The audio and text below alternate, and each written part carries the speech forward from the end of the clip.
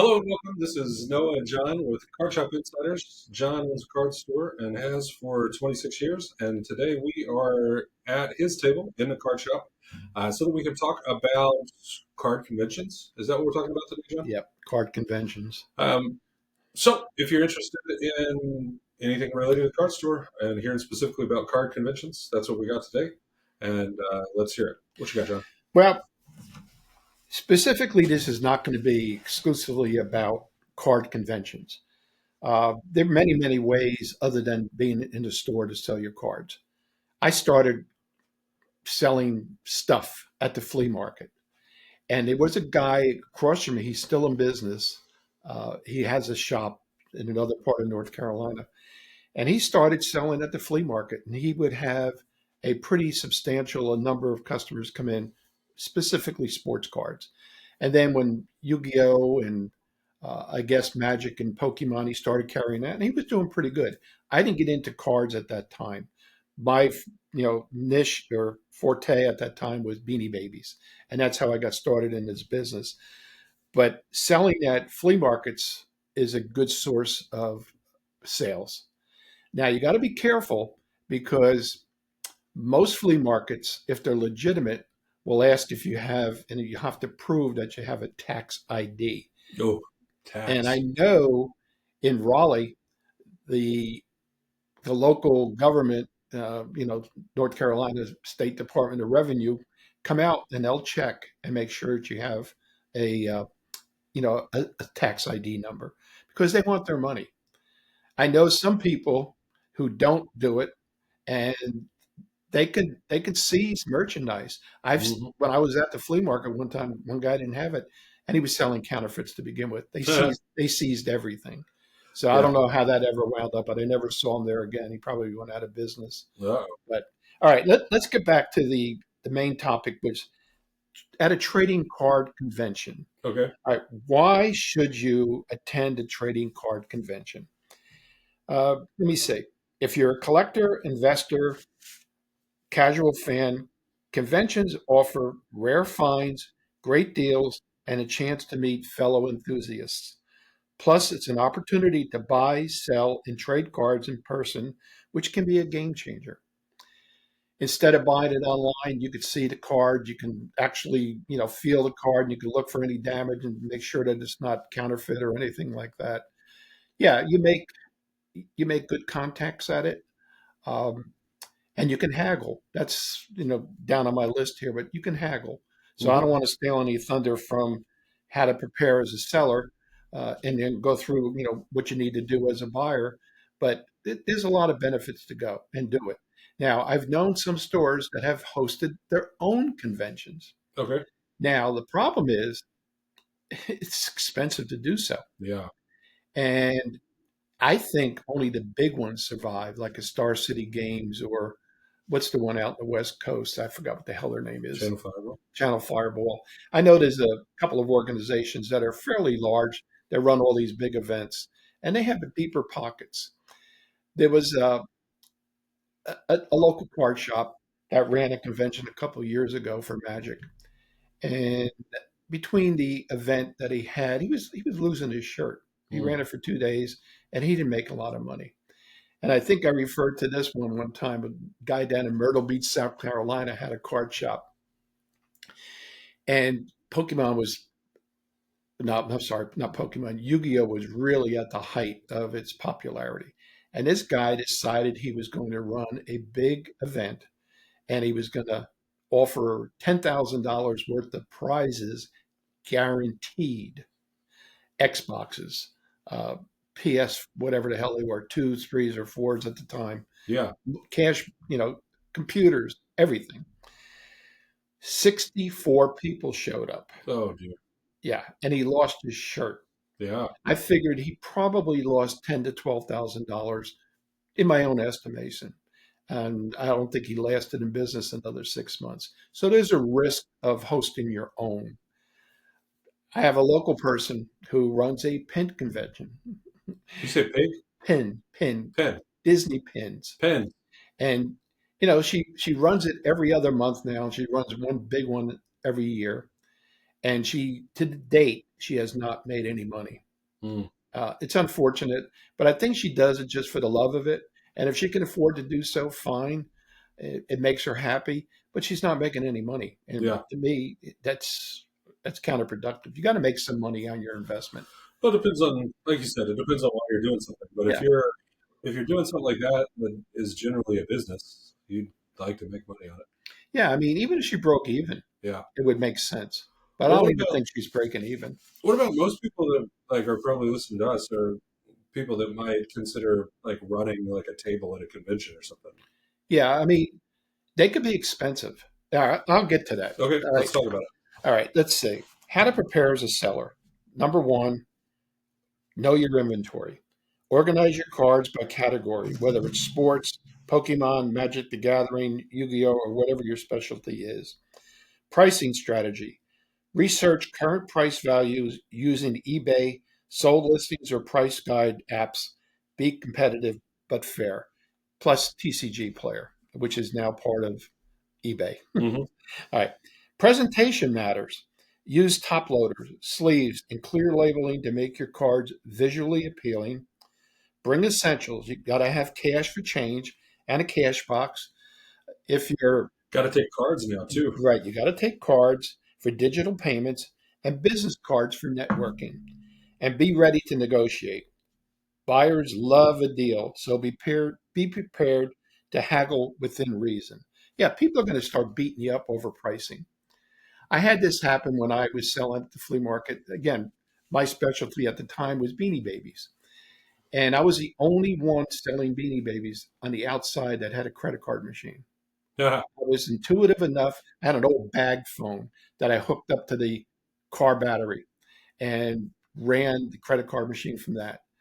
You wouldn't believe how much of a difference that made. Uh, because people don't, at least they didn't have that kind of cash, but credit cards are easy. The people at the flea market have that kind of cash, Well, they do. Some of them do. Some of them don't.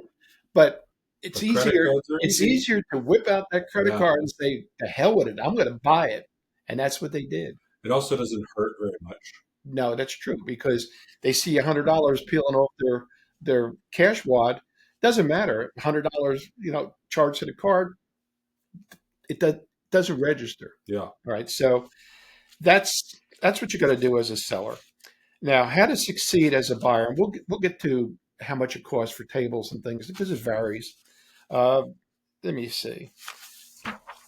Again, I'm reading this stuff because I'm old and it's too hard for me to follow all this junk. It's called organization, John. You've done a great I'm job. organized. I'm organized, but I can't keep it That's in what I here mean. long enough to, give out all that information from, Yeah. my No, I think deep that nope, recesses of my mind. I like it. Set a budget as a buyer. It's easy to get carried away, so decide beforehand how much money you will spend.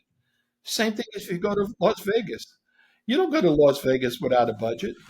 At least No, I don't. you shouldn't No, because you'll be set a you'll limit. be a poor boy. You'll be walking home. That's Rules pretty of damn good gambling, distance. Yeah. right? Rules of gambling. Number one, don't. Number two, set a limit. Right. Right. Arrive early for the best deals. Vendors put their top inventory first. Be polite and ask questions. Sellers appreciate engaged buyers. Ask about a card's condition, history, or value. Just don't go in there unprepared. If you see a card that you're looking for and you spot it, question it. I mean, how old's the card? Know the value of the card before you approach the seller. Again, be prepared to haggle. Don't be unreasonable. They're going to make their money. The sellers have to make their money, I should say.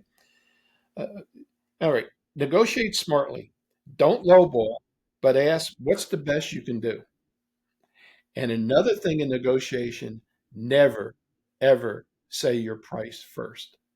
Because somebody is liable to say to you, they may say to you, well, how much would you give me for it? Well, I'll give you 50. Well, they may have been able to offer you 40 and you'll never know that. Yeah. So when in the art of negotiation, never come up with the price first. Let them set a price or let the seller set a price. Trade wisely. Bring cards you're willing to part with and look for fair trades.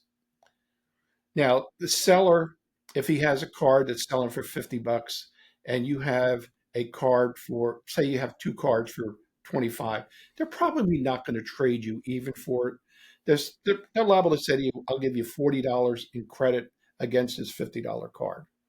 Again, they have to make money, so don't be a dumbass and try to rip them off. Right. Um, the networking and making connections. Conventions are about more than buying and selling. They're about building relationships. Here's how to network like a pro. Engage with vendors, follow up on social media, join collector groups, and share your passion. Attend panels and events. Many conventions have expert talks or trading sessions. Great places to learn and connect. A lot of them do, I know that.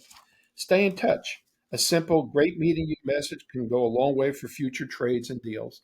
So if somebody treats you well as a buyer, make sure you contact them again in the future. Say, hey, I appreciate meeting you at the convention. This is what I'm looking for. If you have anything before you go to the next convention, contact me. That's a good way of establishing that rapport, and it's all about rapport. All right, let's see. Now we're going to talk about participating in trading card conventions at or tournaments at conventions.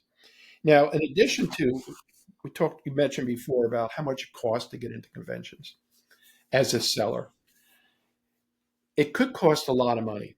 I remember a long time ago when I first got into this business, I got contacted by Star City Games, and if I can remember right, they wanted $2 a person, or maybe it was a dollar. I really don't remember. It could have been a dollar for every person that attended a convention as my participation fee for the honor of me going there with my stuff to sell at their convention. Now, if they got 3,000 people and they wanted to charge me $3,000, that wasn't going to happen. And I immediately discounted it. I said, no, I'm not going to do it. I just can't afford it. There's a lot of work to get yourself involved in a convention, especially if you have to travel a pretty good distance. You have to have the means to get your cards there. I've known some people that have gone out to Vegas and they load up a van with all their stuff Yeah. and they head out to Vegas. I forgot what Vegas is, 2,000 miles each way or something like that. Yeah. Then you have to pay for hotels and you have to pay for food and you got to pay for gas and you got to probably pay for somebody to go with you because you're not going to be able to do it yourself. We can't staff a convention table alone, right? I Right, mean, if it's a decently attended convention, right. it'd be really hard to run your own table with one Yeah. person. I mean, I did flea markets. Again, I did indoor flea markets. I used to do super flea in Greensboro. And at that time, I think it was $150 a table or something like that. And I got two tables, but I also had my trailer inside parked behind me at the time. And I was able to not have to bring everything out.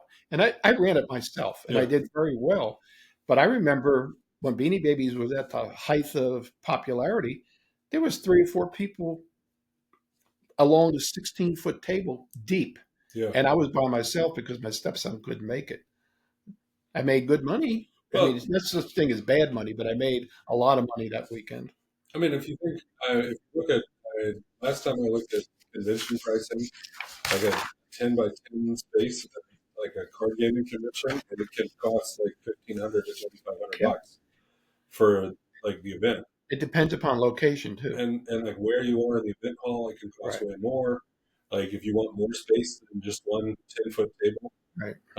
you pay more. So you pay a premium, right, for Right. getting more space. But Well, I mean, again, I mentioned location, which you just said, location within the convention hall, or location of where it's going to be held, or the anticipated number of people that are going to attend the convention. I'm sure they figure out, like, based on what they're expecting, like, how much it's reasonable for Yeah, them to charge and yeah, how many spaces they can sell and things like that. yeah. They're going to try But to like, maximize it. but you've got to know going in, like, that you need to sell X, Y, and Z dollars to be able to break even, right? Otherwise, you're just having a really expensive A lot of weekend. people don't factor in their time involved, Ugh. and time is money. Well, for people that might be listening to this that are interested in running their own store, they may or may not have to shut down their store to go run a convention weekend, right? Yeah, but again, it depends how much of a staff you have. Right. If you don't, I mean, you in your current status here at the shop, you'd have to shut down the shop to go staff a convention. Like they have like Durham Comic Con, they have Raleigh Comic Con. They just had Star City Games just at the Charlotte event. Right, which I have some information about Yeah. that. You I You know, mean and you would have had to shut down for the weekend to I wouldn't participate. do it. Number one, I'm too damn old. Ah, yeah. I'm 78 years old. There's no way in hell I'm lugging stuff all over creation. I don't have the physical capabilities anymore, and I just don't want to do that. Let the younger guys do it. More power to them. Um, Let me see. What else did I want to talk about? Oh, how much does it cost to play an event as a just a participant that wants to go and play in an event? It could be side events could be anywhere from $10 to $30. Main events could be $50 to $100, and premium like national championships could cost you $100 to $500. It just depends what the event is. Now, we talk about prize pool and rewards. Many tournaments offer cash prizes, booster packs, exclusive promos, or invitations to more significant competitions. Prize pools in the thousands can be held or can be found. I can't even read the damn thing. Can be found at high stakes events like Pokemon, Yu-Gi-Oh, or Magic the Gathering events. Um, Deck requirements and costs. Some tournaments require specific decks or card formats, meaning you need to invest in competitive cards. Yeah, I mean, especially with Magic, there's so many different formats. There's modern, there's standard, there's uh, I don't know, Pioneer. I don't even know if they run Pioneer anymore, but there's all different events that you can get yourself into, and you have to have cards specific to that particular genre that you're going to be playing. Now, let's see, a high tier competitive deck can cost anywhere from 100 to a thousand plus, depending upon the game. Yeah. Now, you get into vintage Magic, it could be a hell of a lot more than that. It could be up to depends what you're Yeah. playing. I mean, it could be a lot of money involved in a deck. Right. Yeah. I mean, that's one of the complaints people have about playing competitive games is that, if you're playing a deck or you're playing a game that has like four elements of deck building and you've got expensive cards, you might be spending $200 on one card. But Noah, if you think of it this way, all right, if your father likes to play golf, Yeah. okay, I'm sure he's got a decent investment in his golf clubs. He's got an investment in the place that he plays at. I don't know if he's a member of a club or he pays, No. per time he goes out. Yeah. But a lot of people join these exclusive clubs and they pay, a set fee every year. And, they have a couple $1,000s in golf clubs and golf lessons and everything. It just depends what you want to put into it. This is your hobby. This is your sport. So if that's what you want to do, then do it. Yeah. All right. Now, additional costs could be, sleeves and playmats. Everything you have to have sleeves. You have to, in some events, you have to have specific sleeves. Well, you pretty much to play competitively, you have to get new sleeves every time you play, Right. almost. So there's no chance of them being misconstrued as being marked. And Yeah, you don't want bent corners or broken edges, right. and stuff So like that. they can't say you're cheating. Yeah. You got to have playmats. You got to have a deck box to put all this stuff in. And right now, everything is going up in price. I could tell you that for a That's fact. true. And it's ironic because stock that the companies, like for instance, right now, my sales rep, I mean, he's just passing on the cost that he's getting from what do you call it? Not Gaingenics. What the hell is the other one? Good. Ravensburg? Ultimate Game, Ultimate Guard. Ultimate Guard. Ultimate Guard is starting to charge more money up front of the tariffs. This is stuff, and this is my assumption. And again, I could be making an ass of myself. because you know what Not assume on this means. You know podcast. what assume means. Make an ass of you and me. I have the opinion that they're taking their existing stock that they have in the United States and they're automatically increasing the prices in anticipation of the tariffs that are going to be hitting soon. Yeah. That or it's going to be hitting that particular product. So when the product comes in, they got their warehouse already jacked up with pricing. They're selling it at a 25% profit, more than they normally would. So they're putting that 25% in their pocket now. And then when the 25% or whatever tariff comes along, they're going to absorb that somewhat. And they might even charge more. Who knows? Yeah. But I can almost guarantee when those tariffs go away, the prices aren't going to come down. I Never can does. almost guarantee it Yeah. because that's how companies work. All right. Let's see. Let me get on to, again, we're talked about SCG, that's Star City Games Con, which was held in Charlotte this past weekend. They offered free general admission to all attendees. However, I'll give you, for instance, a modern 10K tournament. The entry fee was $50. First place got $2,000 and a regional championship invitation. Prizes awarded down to 32 places. I don't know what the breakdown was, but I'm sure they didn't lose any money on the deal. They had a standard 5,000K tournament. The entry fee was $40. First place was $1,500 in a regional invitational championship. Prizes awarded down to 16th place. A value vintage, I don't know what the hell value vintage, maybe it was cheaper cards, I don't know. A 1K tournament. Entry fee was $35. First place was $350. Top prizes got down to eighth places. They had a CEDH for $5,000 tournament. That was part of the Commander Celebration package. I don't even know how much they charged for that. But first place got $1,500, and they went down 16 places for prizes. So I mean, the conventions are there to make money for the person or the entity that's holding it. So, I mean, it's a great thing. It is, but my problem as a store owner is it takes people away from the store that particular weekend. They don't, Now, they don't care.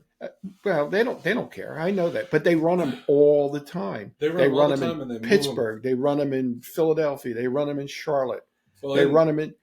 I had 3 people that went out for to Texas. to Texas, to Yeah. Dallas, to play in a. So just the modern event in Charlotte this weekend had 1,300 paid competitors. Really? Yeah. 1,300 times 50. Let me see how much.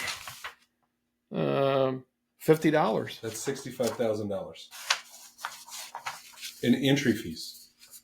Wow! And they gave out how much in prizes? 10K plus the RCQ invite. Yeah, big whoopee. So they made they 55,000. 55. Yeah. Plus they were running other events, right? Oh, good for them. And that's why Star City, does a good job. I mean, they're organized. They do things well, from what I understand. But again, that takes away from the local stores anytime there's an event, whether it be 10 miles away or whether it be 14 or 1,500 miles away. People do go to these events, and it's their hobby, and that's where they spend their money instead of coming into the local stores. And it just so happens a lot of times, a couple of different places will have them all at the same time. So you get nobody comes into the store on a particular weekend. Yeah. Which is fine. All right. You have any questions about this that we talked about? I think one of the big things that we wanted to talk about was some of the things that people may not think of if they tried to go to a convention for the first time. And you mentioned tracking sales and tax. You've mentioned some of the costs other than just like table fees for getting to and from a convention, depending on how local it is, being able to stay somewhere, security of your stuff. As a seller or as a visitor? As a seller. Yeah. I mean, we're talking about running the card store. I mean, it's different. I think there's a whole different discussion to have if you're going to a convention. I've gone to some conventions before and been completely overwhelmed, like by the event. They're huge, like just so much stuff to do. Um, but I've also been to some events that are not overwhelming, and you had a really good time. So, Well, the whole thing is presentation. You got to have, you just can't put a binder out on the table. right, You just can't do that. Long time ago, you could.